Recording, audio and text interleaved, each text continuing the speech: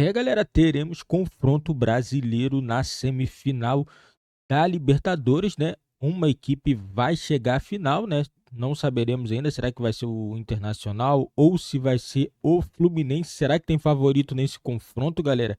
Assim, o Fluminense vive um momento muito bom, o Internacional teve uma crescente muito boa com o D, né? Pelo menos aí na Libertadores, a equipe conseguiu passar muito bem aí nesses últimos confrontos, né? De oitavas e quartas de finais e vem muito forte para essa semifinal contra a equipe do Fluminense do treinador Fernando Diniz, que também teve uma crescente muito boa na fase de mata-mata da Libertadores, né?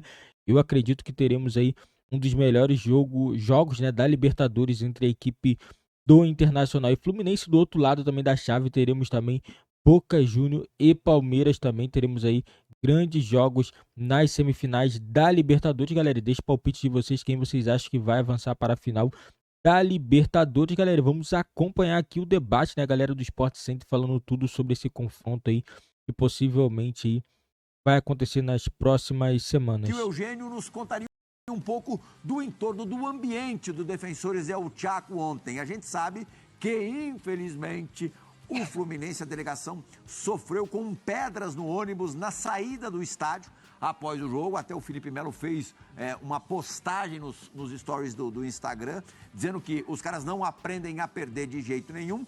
E, mais uma vez, isso ninguém parece aprender também por essas bandas do nosso continente, da América do Sul. Gente, torcedores imitando macaco, atos racistas que somam-se rodada após rodada das competições aqui sul-americanas. Eugênio, conte pra gente um pouco do que você viveu ontem aí em Assunção. Olha, Plihal, eu tava ali, né? Acabou o jogo acima da torcida do Fluminense, né? Onde estava posicionada a torcida do Fluminense. Era a nossa posição, eu não participei da transmissão, a cabine ficava um pouco acima, onde estava o Calçade, o pessoal da transmissão, né? E eu estava um degrau abaixo ali, né? Num lugar aberto. E aí pude acompanhar tudo, porque acabou o jogo, a gente permanece ali, esperando esvaziar o estádio para poder voltar aqui para o hotel. E o que acontece? 99% da torcida do Olímpia, acabou o jogo, ela virou as costas e foi embora. Durante a partida, a gente pôde perceber que eles estavam, quando ficaram irritados, quando os gols do Fluminense saíram. Opa, deu uma travadinha no link do Eugênio, mas a gente está acompanhando aí imagens recorrentes na Copa Libertadores, na Copa Sul-Americana. Já vimos também em eliminatórias. Verdade, vemos também com bastante frequência no futebol europeu, sim, em especial no espanhol, essa imitação grotesca de macaco a brasileiros, né?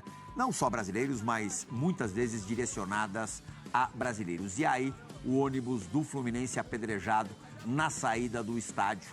Lamentável, mais lamentável é isso, mais lamentável ainda é que a gente sabe que raramente essas ações são punidas. E assim, a grande verdade é que quanto mais a gente tenta combater, quanto mais, enfim, minimamente a Conmebol se esforça, né, apresentando propostas e ações, parece que alimenta, né? Uhum. Alimenta ainda mais a vontade dessas pessoas serem idiotas e ridículas e criminosas dessa maneira. E assim, educação e punição, a solução para você conseguir... E assim, o debate está tão atrasado, né, em países vizinhos, tanto que a gente está vendo ainda tem muito racismo aqui no Brasil, mas o debate pelo menos evoluiu aqui. Então a gente estava longe do ideal, mas assim, eu acho tão triste quando os clubes, por exemplo, tem que, olha, toma cuidado quando você for para o Brasil ver o jogo, porque lá atos racistas você tem a punição. Então, assim, você vê como a coisa está tão atrasada, assim, e vê o que aconteceu. Também teve um relato de uma torcedora que foi atingida por um objeto atirado na torcida do Fluminense. Cara, e na hora também, uma fotógrafa atingida na hora do gol, né? Por conta de muita gente babaca ainda que tem dentro do futebol, né? Sem dúvida.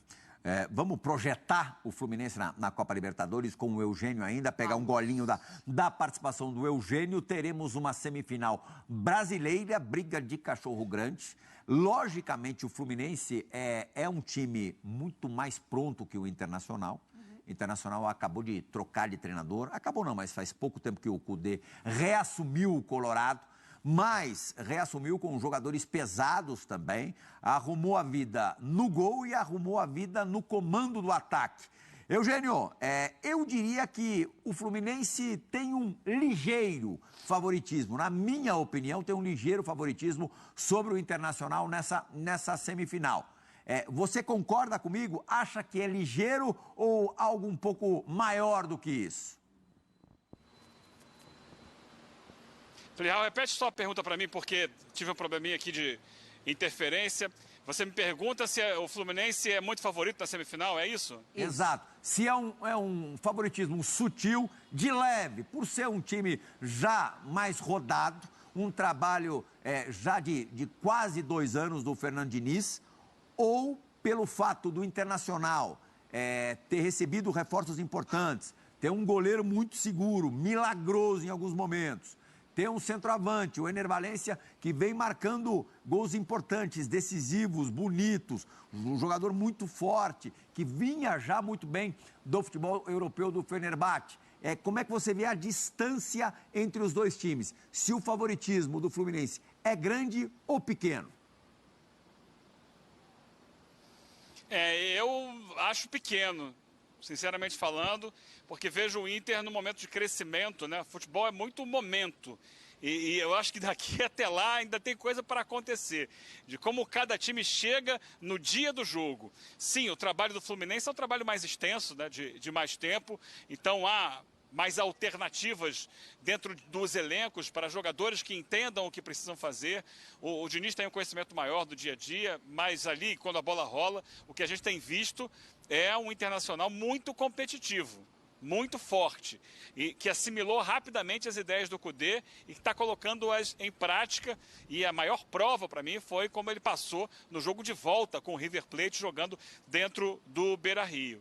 Então vejo uma distância muito pequena do Fluminense para o Inter quando a gente vai para o embate 1 contra 1, o jogo de mata-mata. É claro que se a gente projetar isso a longo prazo, né? Se fosse um campeonato de pontos corridos, acho que aí isso vai se diluindo a cada rodada e o Fluminense teria, como tem já nesse campeonato, uma vantagem relativa em relação à pontuação do Inter. Mas no 1 contra 1 ali, um jogo no Maracanã e a volta no Beira-Rio, a gente já viu a capacidade que o Kudê e o Inter tiveram de concentrar o time, de fazer o Inter focar, trabalhar por 90 minutos perfeitos contra o River Plate e conseguir uma classificação que parecia improvável àquela altura. Então, a distância é pequena e o Fluminense vai ter mais uma vez que se colocar à prova.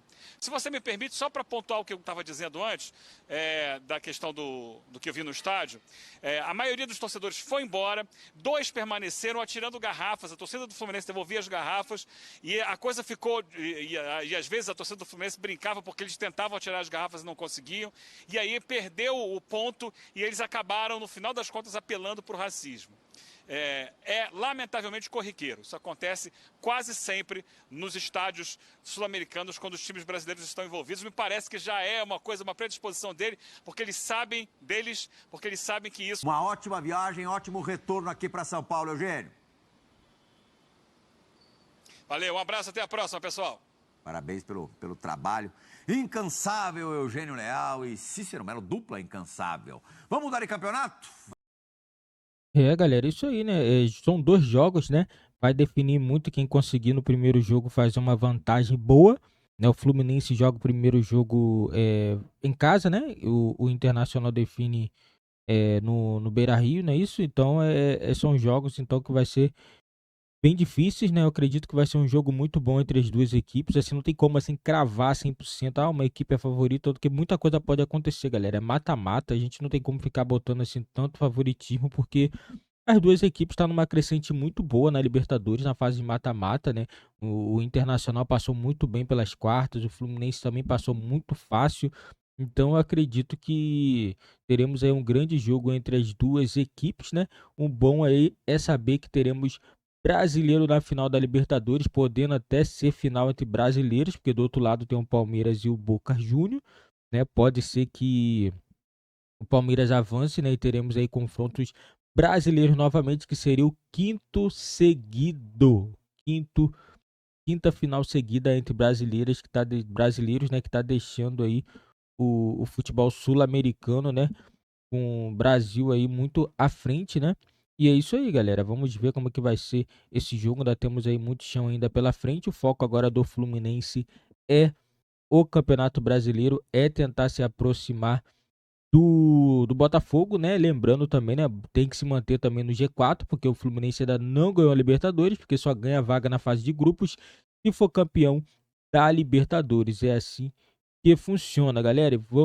E deixa aí, galera, nos comentários a opinião de vocês. Deixa palpite também quem vocês acham que vai avançar para a grande final, se é Internacional ou se vai ser o Fluminense.